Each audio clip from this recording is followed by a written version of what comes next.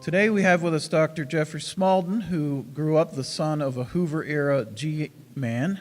From an early age, he exhibited an interest in strange, unusual people, snake handlers, sideshow performers, celebrities, nudists, illusionists, gypsies, and criminals. Encouraged by his professor for an undergraduate course in abnormal psychology, he began corresponding with Charles Manson and members of the so-called Manson family. He was only 21 years old when he started that, and almost a decade later, I'm sure he'll tell you all about this, but two of his co-workers were murdered in a hospital he was working, and he decided to get his PhD in psychology at Ohio State, and laying the groundwork for a career in forensic psychology. He has consulted on close to 300 death penalty cases in his career, both federal and state level, and he sought out contact with notorious killers like Ted Bundy, Donald Harvey, John Wayne Gacy, some of the most infamous murderers of our time. He's going to tell you all about that. Here is Dr. Jeffrey Smalldon.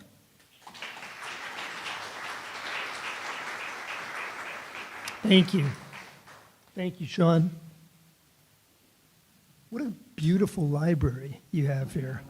It's amazing. No, truly. I mean, as soon as I walked in the door, I thought, what a beautiful library. I'm delighted to be here. And what a nice crowd. I really appreciate all of you coming out today. Thank you. I'm delighted to be here. You know, whenever I've talked about this book of mine, I've tried to find the right avenue into it. And it's not as obvious as you might think. What I'd like to do, I'm mainly interested in your questions. You know, I could talk about my experiences in my book all day, and I promise you I won't. In fact, I'll try to make my remarks relatively brief because I'm interested mostly in your questions. That's always the best part. But let me tell you a little bit about the weird, kind of crazy, almost haphazard path that I traveled en route to becoming a forensic psychologist, which was my career. As Sean said, I grew up the son of a Hoover-era G-man. I always say that because I think right away that triggers an image in most people's minds, and it's probably very accurate in my dad's case. And we worked, or he worked at FBI headquarters for a year. We moved, I think I lived 8 places before we finally settled in Western New York when I was about to begin 4th grade. And once we got to Western New York, my dad worked the mafia beat. He was in charge of the Niagara Falls office, and of course the border was a hotbed of organized crime activity. And so while I was growing up, talk of crime, criminology, the law were sort of in the air that I breathed. My dad would come home with his shoulder holster on, and I thought, I don't think any of my friends' fathers are wearing guns home to lunch. And he used to take me every Saturday morning to his office while he worked, and I'd be downstairs looking at the wanted posters, and I was just fascinated. And he occasionally would deputize me. Like, I went to a place called the Wurlitzer Barbershop to get my hair cut, and the guy who cut my hair was named, of course, Bernie Spaziani. And my dad said, when Bernie's cutting your hair, does he ever take phone calls? And I said, yeah, all the time. It's annoying because he stops cutting my hair. My dad said, well, I'd like you to pay a little more attention to Bernie's phone calls. And of course, Bernie eventually got arrested as a bit player and, you know, all kinds of gambling schemes which were rampant in Western New York. So anyway, I grew up with talk of the law kind of in the air that I breathed. So then, when I was a junior at Valparaiso University, this would have been 1973, I was traveling in England in advance of my fall semester, which was going to be spent in Cambridge, England, and I saw this book on one of those metal revolving stands in a bus station in the Lake District of all places. And the face on the cover looked like the face of a madman. And it was Charles Manson, of course. And I didn't know anything about the Manson case. And then this was, keep in mind, 1973. Manson had just been convicted about 2.5 years prior. And I knew nothing about the Manson case. You know, the murders that gave rise to his infamy occurred during the summer, August of 1969. They're usually referred to as the Tate LaBianca murders because one of the victims was the actress Sharon Tate.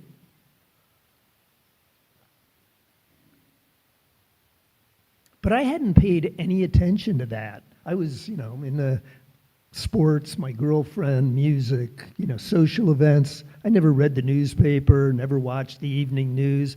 So the Manson case totally passed me by, but I read this book, and it just kind of made the hair on the back of my neck stand up because it was full of such grotesque descriptions of unfathomable violence and, these, they used to call them, when they would go into people's houses in the middle of the night and just move furniture around. They called them creepy crawly expeditions just to frighten people. They wouldn't harm any people. They would just move things around so that people knew they had been in their house at night. And all of this news about the Manson family just creeped me out. So it was in the back of my mind. And one of the things that really creeped me out was the mention toward the end of the book that many of the people who constituted Manson's so-called family weren't in prison. They were out doing whatever. I just assumed that anyone who had fallen under Manson's spell would, of course, have landed in prison. That was not the case. So it set me thinking, like, would I recognize these people? Like, if they crossed over the line between Manson world and Smalldon world, would I know it? Would they look like everybody else, or would they look like this crazed guy with a 5th grade education who they had congregated around? So those ideas were in the back of my mind. And then my senior year, I was taking an abnormal psychology class. And this was right when the book Helter Skelter came out, the best-selling true crime book of all time. And I was so obsessed with that book, I read it in a single sitting from like 3 in the afternoon until 11 the next morning, caffeine-fueled binge. I just couldn't put it down. I thought it was so interesting. And it turned out my abnormal psychology professor had read it too. He mentioned that in class one day. So I stayed after class to talk with him, and we traded observations about the book. And I said, you would sort of get the impression from newspaper accounts of these people that the Manson family members, Manson's disciples, had become almost automatons, like they had given up the ability or lost the ability to make decisions on their own. Everything they did was to please Manson or carry out his commands. And I said, I wonder if it's a little more complicated than that. And my professor said, well, have you ever thought of writing them? No. I mean, that idea had never, ever crossed my mind, write members of the Manson family, no. And he said, well, it might be interesting to hear what their voices would sound like on paper. Think about it. So I went home and I did think about it, and I thought, this is crazy. But the suggestion came from my professor, the guy who had taught me most of what I knew about abnormal psychology at that point. I was 21 years old, very naive, earnest, and green. So I let the idea marinate in my mind for a while. And then I finally decided to try it. And we can maybe talk about it a little bit more during the Q&A if you want to hear more about my experiences with Manson, Squeaky Fromme. Everybody remembers Squeaky, who attempted to assassinate President Ford in September of 1975. 3.5 months after I had concluded that the correspondence I was receiving from Squeaky and her roommate, Sandra Good, another Manson devotee, had become so bizarre and so violent and threatening. And they clearly wanted to draw me into the Manson family and to get me to do things for them. And I finally managed to extricate myself from that correspondence when it really became frightening to me. And maybe we can talk a little bit more about how that came about. But corresponded with Manson, Squeaky Fromme, Susan Atkins. Any of you who are acquainted with the Manson case will know that name. She was involved in both the nights of mayhem and murder, the Tate LaBianca murders, and was depicted in Helter Skelter as this crazed banshee. At the end of the book, Vincent Bugliosi, the author, says, I just kept thinking this woman is going to start screaming and never stop. And that was the image that locked in my mind, of this woman so out of control, mentally ill or something, that she might start screaming and never stop. So there was the correspondence with members of the Manson family. That went on for 2.5 years. And in the meantime, I graduated from college, and I had in mind becoming an English professor.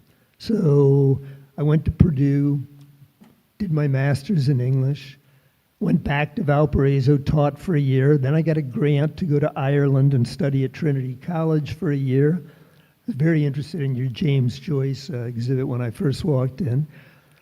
But I still had in mind I was going to become an English professor, get my PhD. And during that year, I soured on the idea. And I just thought, I don't really think I'm made to be an English professor. Most college English departments at that time had kind of a publish or perish mentality, where there was this pressure. You either had to keep turning out peer-reviewed publications or you wouldn't get tenure. And I just thought, I don't want to be having to prove my intellect or whatever, intellectual competencies every day. So I decided I didn't want to do that. And here's where the really weird part, one of the twists in my story comes in. I'm back from Ireland. It's 1978. I've decided I don't want to be an English professor, so what should I do? Like, what direction should my life take? I had no idea. I had no job offers, no prospects. My mom was a nurse at the local hospital, and I said one day, Mom, I have no idea what to do with the rest of my life. And my mom was a pragmatic problem solver. So she paused for a minute and she said, well, have you ever thought of hospital administration? And I said, no, what's that? I had no idea what hospital, I'd never heard the term before. And she said, well, I don't really know what it is either. But there are a couple young, nice-looking, she said, nice-looking young men down at the hospital, and they're very friendly. Every time I pass them in the hall, they say hello to me. They're very friendly. Why don't you go down and talk with one of them? So I went down and I talked with the guy, and I liked him. He was not unpretentious and really a cool guy. So at the end of our meeting, he said, I'll tell you what you do, Jeff. Go get your master's at George Washington. That's where I did mine. And then come back and work for me. And it sort of sounded like a job offer, at least the closest thing to a job offer I'd heard in a while. So I determined right then and there that if a couple of things went just right for me, I was going to pursue a career in hospital administration with no idea what it would involve. I had never taken one business course, no accounting, no economics, nothing. So I applied to one school, George Washington. It was George Washington or bust for me. If they rejected me, and why wouldn't they, because I felt like a very unqualified candidate, I would do something else, something I hadn't thought of yet. But they accepted me. Not only accepted me, but gave me a solid financial ride. And I still don't understand it. I've always thought they had to have identified me as some sort of bizarre sleeper candidate. Maybe they thought, I can't believe this guy has the nerve to even be applying here. He must have something going for him. Anyway, I went to George Washington. And for the second part of our degree, we had to do a residency at a hospital somewhere in the United States. Mine could have been anywhere. I had good friends who went to San Diego, San Francisco, Boston, Atlanta. I end up at Riverside Methodist Hospital in Columbus, Ohio, a city I'd never been to before, knew nothing about Ohio. So that's how I came to Ohio in 1981. I'm in my mind, I'm going to be a hospital administrator. That's going to be my career. And I kept getting promoted, not because I was a savvy or competent administrator, but I think it was thought that I had reasonably good interpersonal skills. I got along with people. The department heads seemed to like me. So I get placed in charge of a number of hospital departments. The large 138-bed mental health and alcoholism unit for one. And another department that I was given administrative responsibility for was a very small medical research lab, 6 total employees, located right off the main corridor of the hospital, a single doorway serving as entrance and exit, and the entire medical research lab was about the size, maybe smaller, than an average living room, just to give you an idea. So in 1983,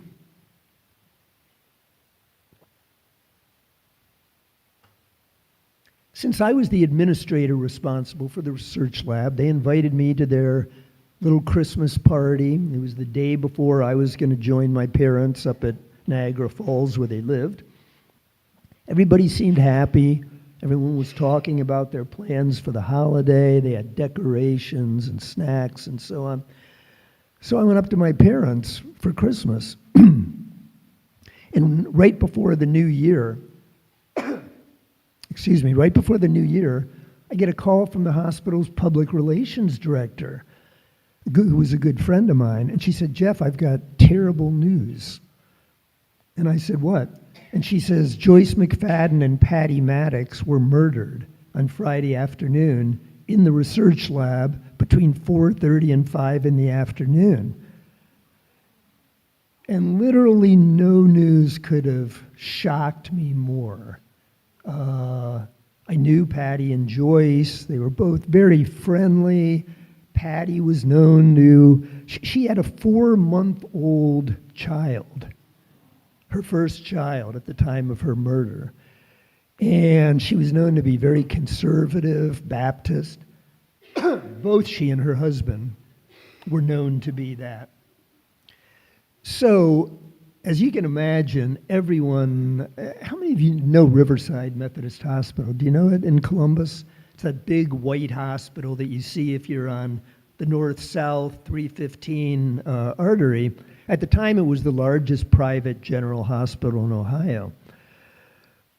So I went back to work, and I mean, for everyone, it was incredibly difficult to work there because the police didn't arrest anyone. No one had the slightest idea who could have committed these 2 savage murders. The women were, like, one of them was hog-tied. They were stabbed 20 times. One of them was put in a walk-in freezer that was used to store tissue samples. So nobody arrested anyone, and nobody saw anyone go into the lab or leave it through the only door that was provided access to the lab. And that door was right down the hallway from the radiology department waiting area, so there were people in the waiting room, including, as it turns out, an off-duty policeman, and nobody saw anything unusual. So everybody's scratching their head thinking, what the heck? How could that have happened? First of all, who would have wanted to kill Patty and Joyce? Who would have done it between 4:30 and 5 in the afternoon on a Friday? And how in the world did they enter the lab and leave the hospital with no one seeing anything unusual. Whoever committed these murders had to have been covered with blood after the murders. It was an incredibly bloody crime scene. So, like everyone else at the hospital, I persevered. I went and tried my best to do my job every day, but I don't think I was doing it very well. And I thought I was interacting every day with the person who probably committed the murders. The director of the research lab, the one who had come in to check his phone messages and mail that day, was the first to discover the first body, Joyce McFadden, and he ran screaming from the lab and called the police. But he was a pretty narcissistic individual, pretty prone to outbursts of anger. And I thought, could he have committed these murders? And I thought, he seems the best suspect to me. He was the first one who came upon the crime scene. I knew him to have a very hot temper. So he would come into my office and weep every day over the deaths of Joyce and Patty. And I'm thinking, I think there's a good chance that this guy committed the murders. And I'm wondering, every day he would come into my office and want to talk, and I'm thinking, this is maybe the guy who did it. Anyway, over time, the police didn't arrest anyone, and about a year and a half later, I thought this hospital administration gig was a good experiment for me, but it was never a niche I was going to occupy comfortably. So I'm going to go back to grad school and get my PhD in psychology and try to become a forensic psychologist. So it was these murders at Riverside that were the real pivotal point in my life. And I'm sure a lot of you, you look back on your experiences and you can identify some weird thing that happened for seemingly no good reason, but it changed everything that came after. It changed the course of your life. And that's what those murders were for me. So, and I'm not going to say too much about these individual cases because I hope you'll ask me questions about them. But as I'm preparing to begin my graduate work at Ohio State, I'm thinking, who might have the kind of information that would help me to understand the kind of person who might have murdered my colleagues? And I thought, well, there's somebody on death row in Florida who I think knows a thing or two about serial murder, Ted Bundy. So I attempted to engage Bundy by writing him a long letter, and my hope was that, I didn't even mention the Riverside murders in that letter, but I hoped that I could develop some rapport with him, so maybe we would get to a point where he would weigh in with some thoughts about the Riverside case. If you're interested in that brief but fascinating exchange, we can return to it during the Q&A. But it didn't go very far, even though it was very interesting and for me, edifying. I mean, I learned something, I think, about how serial killers think from that exchange of letters. So then when it became clear to me that that correspondence wasn't going to progress in the way I hoped it would, I thought, who else could I engage who knows something about serial murder? So I thought of someone on death row in Illinois, John Wayne Gacy, who had been convicted in 1980 of more murders than anyone else in U.S. history at that point. He was found guilty of having sadistically murdered 33 boys and young men, most of whose bodies were found in the crawl space under his house in an unincorporated little area right outside Chicago. So I wrote to Gacy, and he responded. I mean, he pretty much said, "You're an idiot if you think you know anything about me from reading these books about my case, but if you want to have a dialogue, write me back and we'll see where it goes." Well, it ended up to be a correspondence that lasted exactly 3 years, and we would exchange letters on average every 2 weeks, and we would talk on the phone. And I ended up going to death row in Illinois to visit him twice, 2 days each time, and spent about 20 hours talking with him in a small, totally unsupervised death row visiting room. And something I always point out because it's easy to forget as I'm relating this tale, Manson, Bundy, Gacy. When I spent that time with Gacy, I had never before been in the same room with anyone known to have committed murder, even one murder. So I was as green could be. And I look back on it now and I think, wow, you're kind of stupid. I mean, once it became clear to me, I should have, just as I was going in to meet Gacy for the first time, the corrections officer who had escorted me up to the death row visiting area, he took, his big key out of his belt, utility belt, opened the door, this big iron gate, and he said, I was just about to go through. He had already told me Gacy will meet you in the first room on the right. He'll be unaccompanied, so it'll be left to you guys to make your introductions. And I'm about to walk through the door, and he says, I just want to remind you of something. He said, I know you've come a long way for this meeting with Mr. Gacy, but presumably you know why he's on our condemned unit. That was the term he used, our condemned unit. And I said, I do.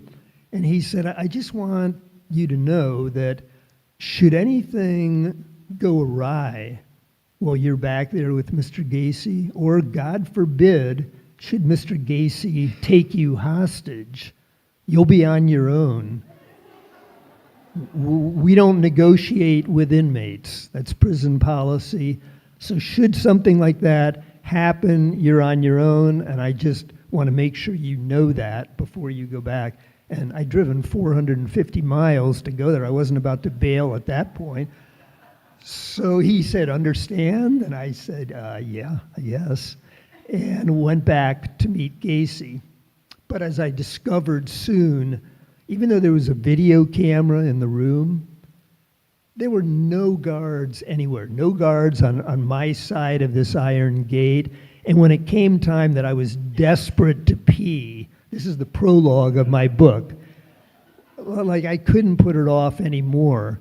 And I had forgotten to ask that officer who took me there, was there a restroom in the visiting area? Because I just got kind of discombobulated when he said what he said.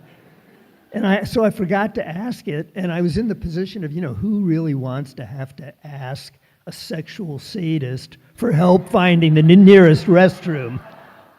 But that's what I had to do. And so when I finally told Gacy, man, I need to use the restroom, is there one back here? He said, hell no, like only a fool would ask such a question. And he said, you're going to have to go out and yell for the guards. And to make a long story short, you can read about it in the prologue of my book, but I couldn't get the guards' attention. I was screaming at the gate, and nobody responded. So that's how alone I was with this murder of 33 people. Yeah. So there was that, and we can talk about that if you're interested. And then let me just say a few words about my career as a forensic psychologist, and then I'll show you a couple visual aids before we have questions. I became licensed in 1990, and in the next 25 years, I consulted on close to 300 death penalty cases in both state and federal court. I worked on death penalty cases that originated in about 55 different counties throughout Ohio. I'm sure there are some people here today who remember the case of Thomas Lee Dillon, the serial killer sniper who, between the years 1989 and 1992, killed 5 outdoorsmen, hunters, fishermen, one jogger, in 5 different counties, including Belmont, Jamie Paxton was the victim in that case and was only, I think, 21 years old when he was shot. And there were also victims in Tuscarawas County, Coshocton County, Muskingum County, and finally Noble County. So finally the authorities put this together that we've got a serial killer on our hands. He's leaving no shell casings, no evidence, shooting the victims from like 200 yards, 300 yards from the side of the road. To the best the police could tell, no interaction with any of the victims at all, no sexual assault, nothing. Seemingly random victims killed with a high-powered rifle. Well, eventually, they found their man, Thomas Lee Dillon, and Dillon's attorneys hired me to consult with them on the case. And that's one chapter in my book. That was one of the very fascinating death penalty cases that I worked on. And that was very early in my career. I was only 2 years out of graduate school when I got that assignment, because word had spread around that I had some experience with serial killers. So they thought, well, Smalldon may be green and he may even be ignorant, but he's our guy because he has some history with serial killers. So I worked on that case very early in my career. I want to show you two paintings that John Wayne Gacy did and that I acquired. One he did specifically for me. The other one was not specifically for me, but actually he gave it to me. Now Gacy paintings sell for $5,000, $6,000, $7,000. It's preposterous, of course, but there it is. I mean, there's a market of people who collect these things. But they're sort of interesting, so I want to show you these two paintings.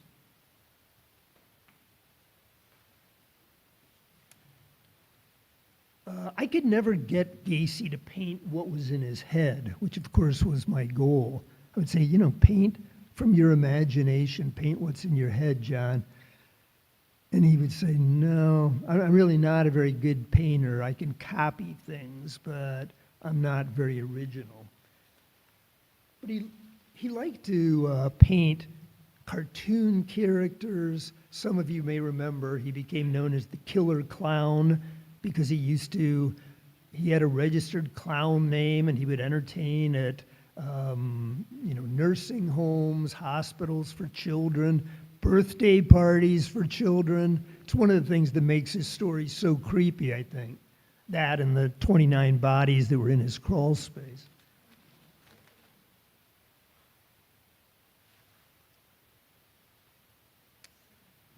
But this is, I don't know how well you can see this, but it's an interesting painting. It's of the Seven Dwarfs.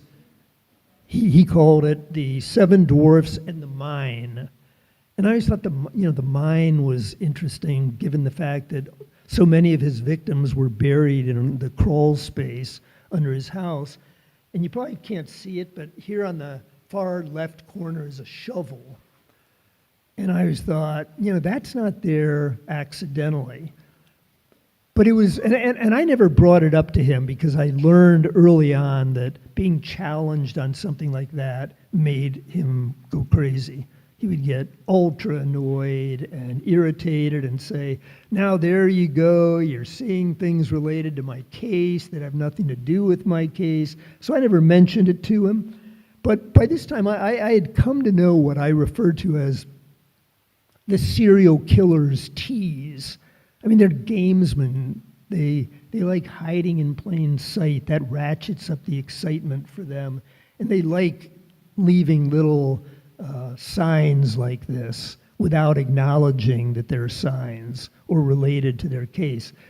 If we get to Bundy during the Q&A, I'll mention how that played out in Bundy's correspondence. But that was one of Gacy's paintings.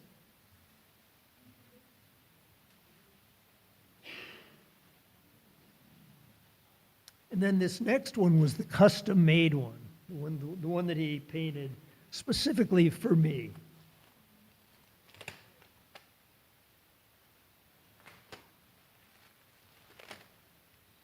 He said, Jeff, I see you as a seeker after the truth. And I thought, well, that's interesting. Probably one of the 20th century's most prolific liars has decided to call me a crusader for the truth. But he did this knockoff of Picasso's favorite or famous drawing of Don Quixote.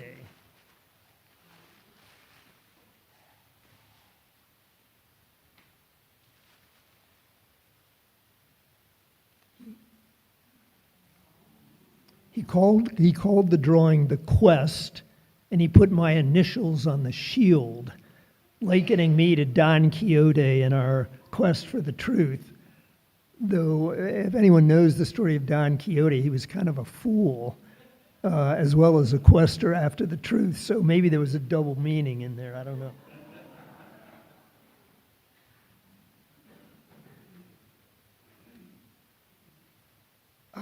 I think I'd like to stop talking at you there. I've sort of thrown out a lot, and my hope is that you'll have some questions for me, because as I said before, that's what I'm most interested in. So let me just take a drink of water and then open up for questions. I have a mic for, can you hear me through this? If you have a question, raise your hand. I'll come to you with the mic, and that way everybody can hear. I saw back here first.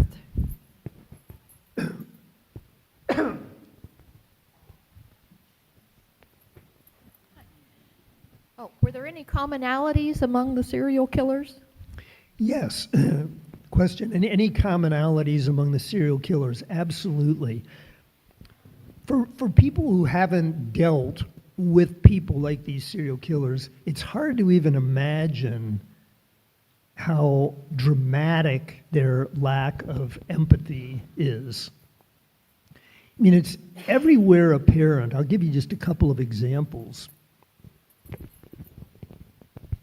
When Thomas Lee Dillon was interviewed by a Steubenville anchor, right at the time when he eventually pled guilty to the 5 murders, she said during the interview, and I mean, I don't have to tell you how tragic these murders were. People he never knew, he picked out at random and killed. And she says, when you're back in your cell or laying in your bed, do you ever think of the people whose lives you ended? And Dylan shrugged and he said, no, not really. I don't think of them as individuals. To me, they're just a group. And I thought, that's just amazing. And I was watching a Netflix documentary a couple weeks ago about a notorious serial murder case in England, Fred and Rosemary West, who over a period of 2.5 decades killed a lot of people, including their own daughter, Fred West's former wife, former stepdaughter. Unbelievable case, really. And in this documentary, they're showing films of Fred West being taken to the site of these murders, a lot of them in the basement of their home, some of them in the backyard of the home. And at one point, one of the police officers said to Fred, do you think one is over here? And Fred West just shrugged and he said, what's one more? And at another point in the search, the guard was also trying to get him to specify a location of one of the victims, and sounding very impatient, West just said, you have one, you have the other. Just like, so emotionally detached. And that's a commonality for sure. Another one is the extreme narcissism. After the first day I spent with Gacy on death row in Illinois, I remember I was staying in this horrible flea bag hotel that Gacy had recommended to me. Yeah. And I went back and I called my wife after that first day, and she said, well, what were your impressions of Gacy? And I said, well, he's the sort of guy, like if I would have wandered into a bar and sat down at a bar stool next to him, we would have immediately started talking, and he would have been interested in talking with me about his Chicago Cubs, Democratic politics, and before long, I would notice that he sure thought he was an expert about a lot of things. And I would notice that he had no interest in my point of view at all.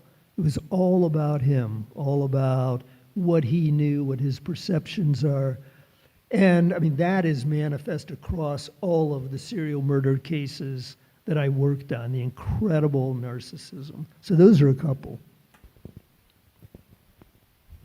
Okay.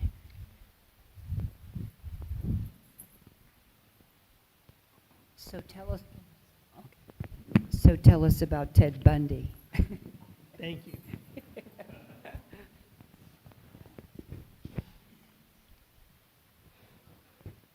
So I've always thought that this is a brief but very revealing and interesting anecdote. As I said, it was actually 1984, so I was still at the hospital. I hadn't yet begun my graduate studies, but about a year and a half after the murders there. I wrote Bundy a long letter, handwritten, because I thought if I wrote it in hand, it was a little more personal than getting a typewritten letter. So I wrote this long handwritten letter, and he would have known from my letter not only that I was a very earnest young man, but that I knew a lot about his case. And I told him, I'd really like to have a dialogue with you about certain aspects of your case. Now, at this point, Bundy was denying any culpability for these murders, thinking, just horrible coincidences and a horrible misunderstanding that he's now on death row. But I didn't hear back from him. And the last thing I had said in my letter is, if you don't write me back, you'll never hear from me again. I'm not trying to bother you, so if I don't hear from you, you'll never hear from me again. So about a year goes by, and I get a letter with Ted Bundy's return address in my mailbox. And there's a Christmas, New Year's card in there wishing me and my family blessings and peace in the upcoming year. And then he wrote this short letter, and not exactly, but I can almost, well,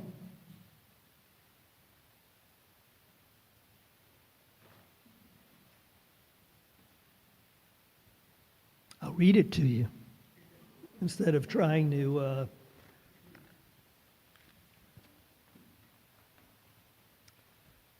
So this is dated December 18th, 1985. Dear Jeffrey, you wrote me over a year ago. I've kept your letter all this time. I just came across it amongst my papers. Who says that? Who says amongst? Please excuse me for taking such an inordinately long time to answer it. It was just about the time you wrote that I withdrew into a cocoon of sorts and ceased writing to practically everyone. I'm only now getting back in touch. Anyway, thank you for your letter. I thought it was especially searching and thoughtful. As for your questions, all I can say is that I've never felt better in my life. Spiritually, mentally, physically. I hope the same can be said for you. I need to add something here. For those of you not familiar with the Bundy case, sort of his signature was the incredible distances that he would travel in search of his victims, which is one reason the authorities had such a hard time linking these murders. He was killing in Washington State, Oregon, Utah, Colorado, and he ended up in Florida. So he was known as this very, very mobile killer.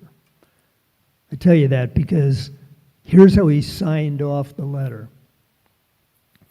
He just said, I hope the same can be said for you. I hope you're as spiritually, mentally, and emotionally healthy as I am. Then he says, take care, watch yourself, travel light. Peace, Ted. I mean, that is as good an example as I can think of of the serial killer's tease.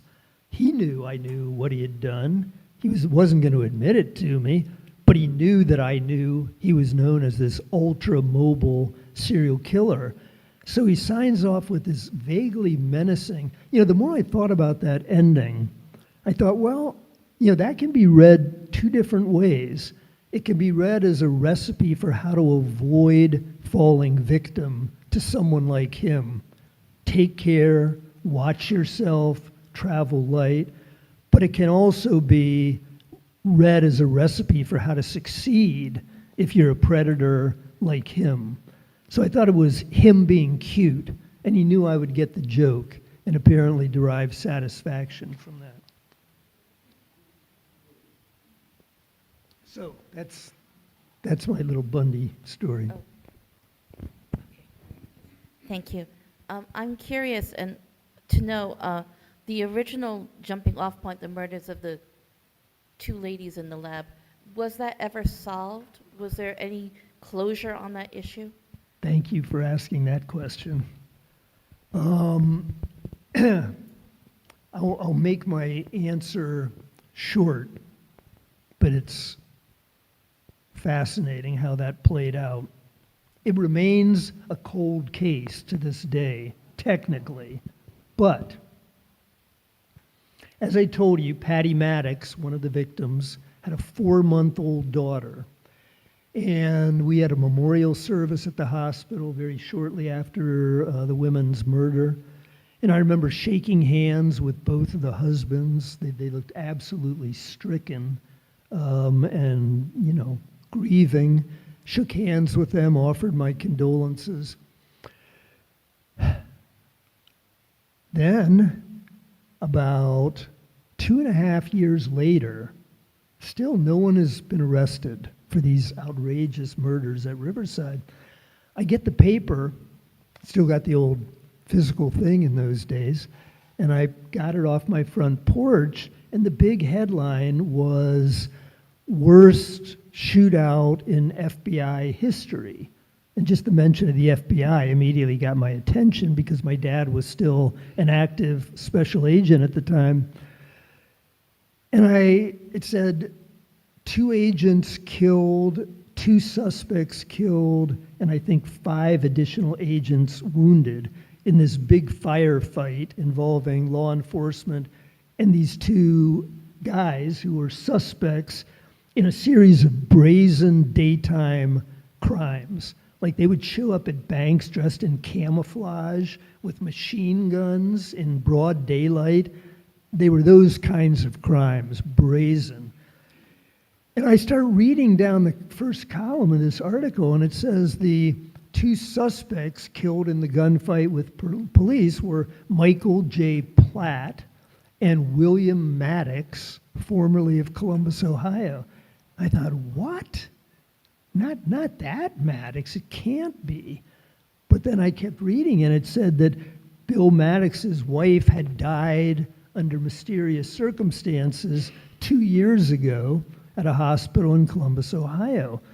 So what had happened is that I think everybody involved in that case knows that either Maddox or his buddy Platt committed the murders at Riverside.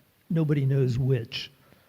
But after the murders, Maddox hooked up with an old Army buddy of his, Michael Platt, moved to Florida, joined a young singles group at the church he joined down there, asked several women to marry him. I think the 4th one finally did.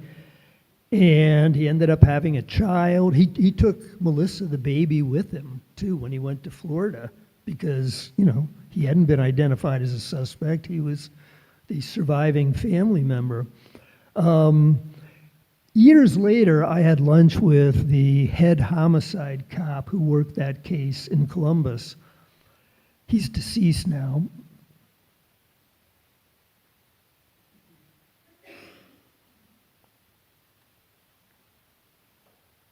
But he was one of the Columbus police officers who traveled to Florida and tried to find a smoking gun in those men's apartments, something that would definitively link them to the murders at Riverside. They found nothing.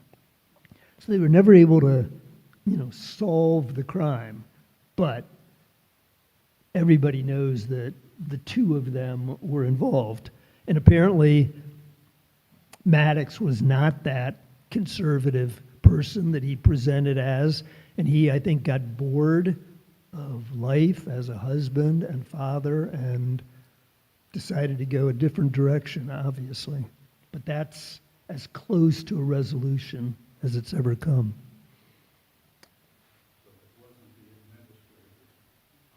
No, I was totally wrong. I was totally wrong about that. No, it was not him. And I make a point of saying that in my book. I suspected him, but I was wrong. He was not the one.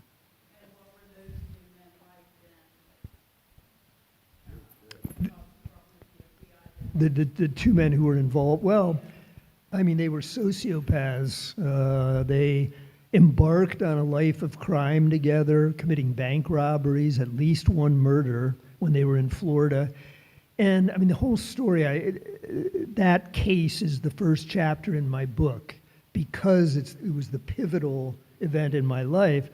So I describe these things in the book, but I mean, not only did Bill Maddox go to Florida with his young infant daughter and join a singles group at church and start asking women to marry him, but when he got down there, the minister at his church recounted how he had given his testimony in church to everyone, very emotional, and he talked about, God came down and he, I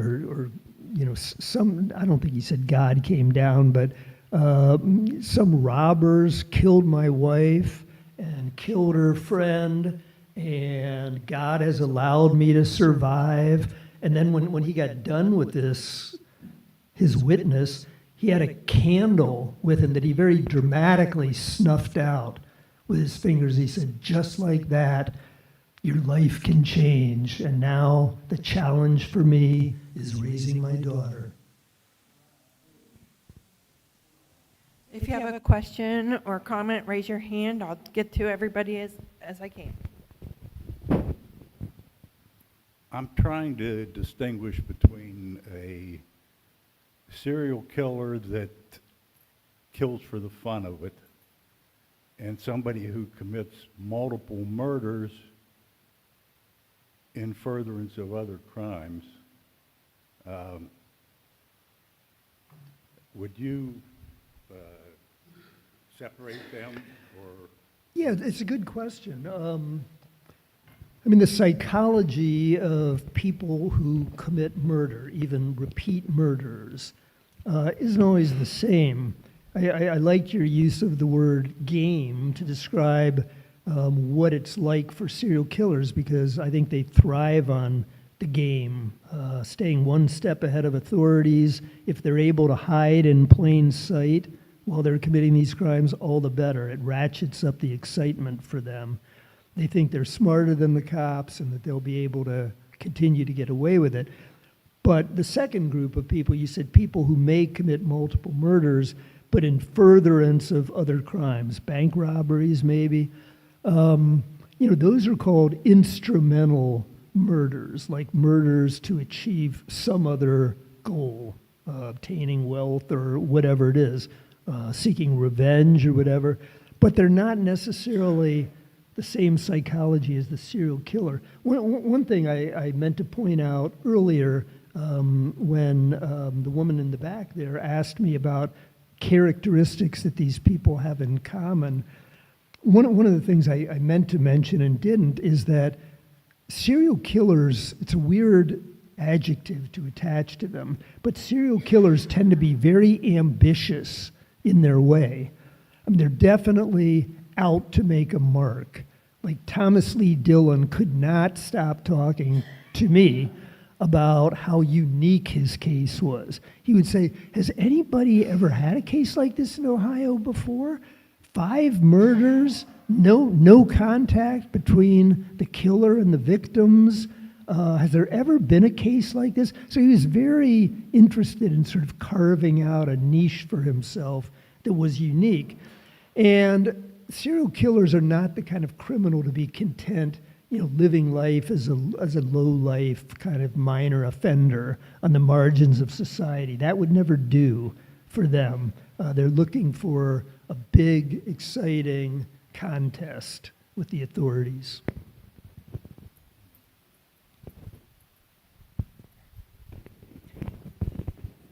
When you were speaking with the serial killers, did you find that you were driving the conversation, or were they driving the conversation?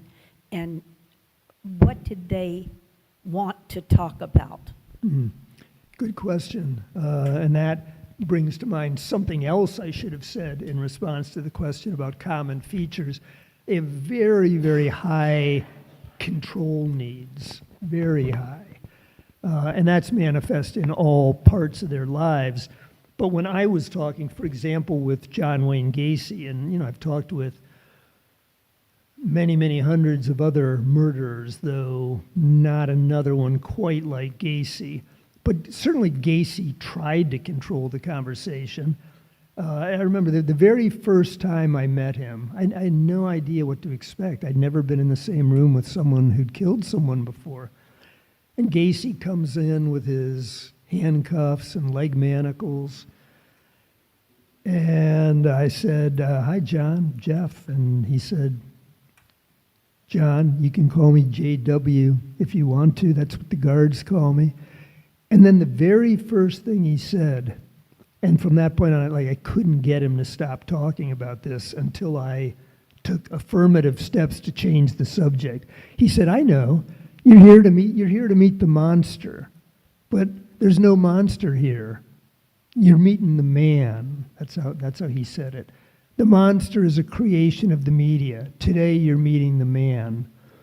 And it's also what the title of my book, That Beast Was Not Me, came from the first proper letter Charles Manson ever wrote me back in 1975. And he was protesting in much the same way Gacy did.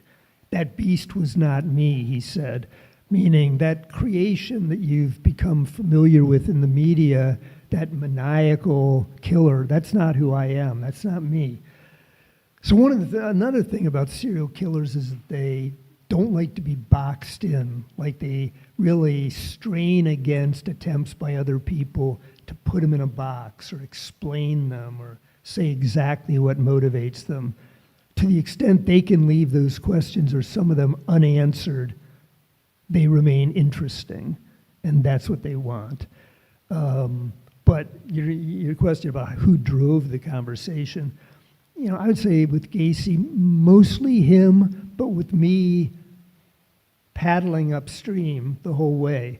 At one point, I thought he would never stop talking about these 2 young men who had worked for him, who he insisted were involved in some of these murders. Gacy would only admit to me that he knew something about 5 of them. The other 28 he knew nothing about. But he said these other people also had keys to that house. Why did they settle on me? And he went on and on about David Cram and Michael Rossi. And I couldn't get him to stop. This was all in the service of portraying himself as a victim, persecuted victim. And I finally said, John, stop. I don't want to talk about them anymore. And that's what I needed to do to change the conversation sometimes with him. So, very controlled. Now, how does one become a serial killer? Are you born with that? Is there some type of psychosis in the mind, or is it how you were raised? Or I just wonder why do these people come about? And are there some people that never get caught? Yes, for sure, to that last question. And to the first, I think there are multiple pathways to becoming a serial killer. It's not one thing for all of them.